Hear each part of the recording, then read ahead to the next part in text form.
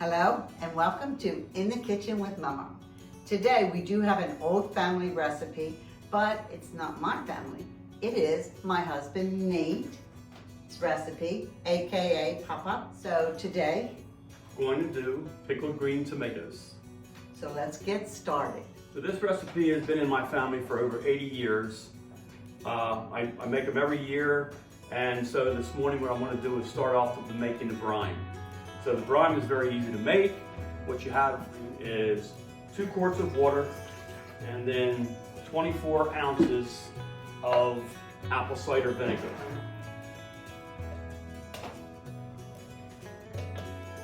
And a half a cup of salt. We're just going to heat this to a lukewarm, not a boil, just enough so it helps with melting the salt. What I do while I'm waiting for that is I start putting my ingredients in the jars. For that, we need whole pickling spices, hot peppers, and fresh dill. So what I do is put about 3 twigs of dill in each container.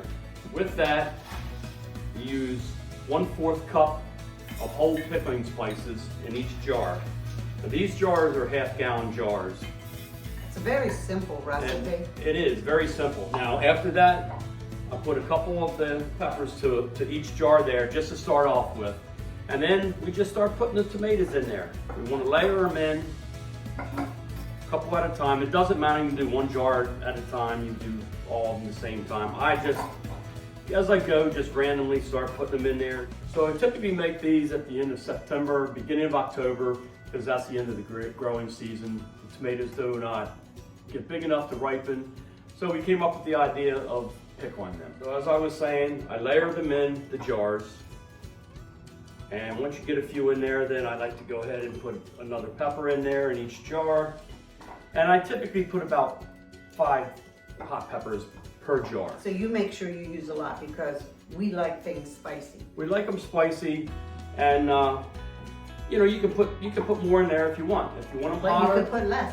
or you can put less in going. there. Some people don't like any spice at all. So what type of peppers you use? You can use like a ghost pepper. You know, you want to use one. Yes, I'm using a variety. I have jalapenos here, cherry hot peppers, and I've also used some long hots before. Pickling spices, they can come from grocery store, but you probably want to go to like a farmer's market, somebody that carries them in a little bit bulkier container. I don't know if you can tell, but in the background, he's already got 14 jars completed.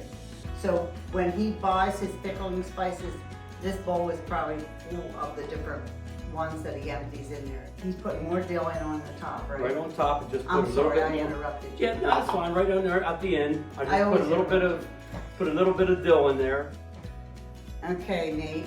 So let me know, is it ready now to pour in here? You got all your dill, your tomatoes, your hot peppers layered the way you want, correct? Everything's ready to go. The brine is good, salt's all dissolved and everything. It is just, again, lukewarm. You do not need to boil it. Yeah, because then you'll soften the tomatoes. And you will soften the tomatoes. If it's too warm. And they don't get processed either.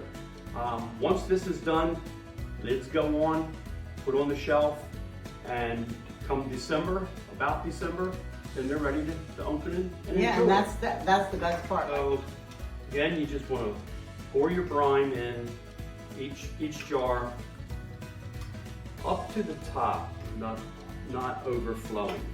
And sometimes when we go, and I don't want you to think it's a bad jar, when we go in December and we open the jars, you'll see bubbling and a lot of activity going on.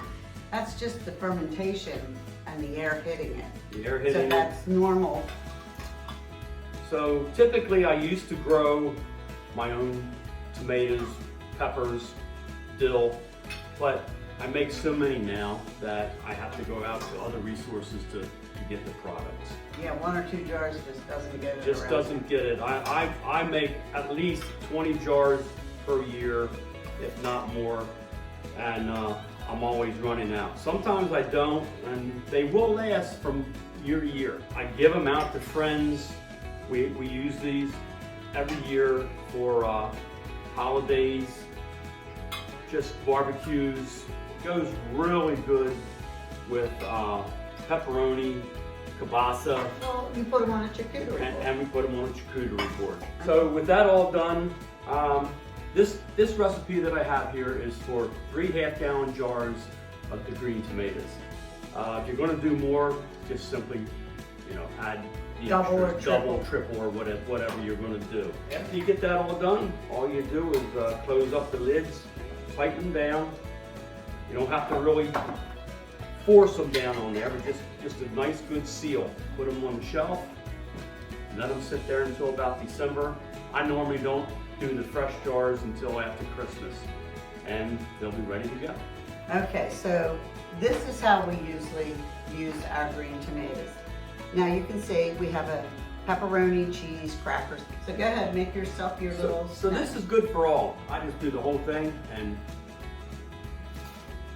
very good. nice little bite. So thank you for, I know, finally joining me on In the Kitchen with Mommom.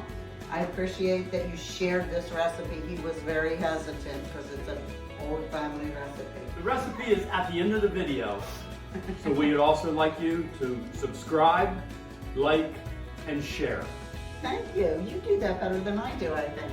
I always stutter. Kudos to me. So thank you for joining us today. And I hope you will really try this recipe. It is fantastic. And we'll catch you next month.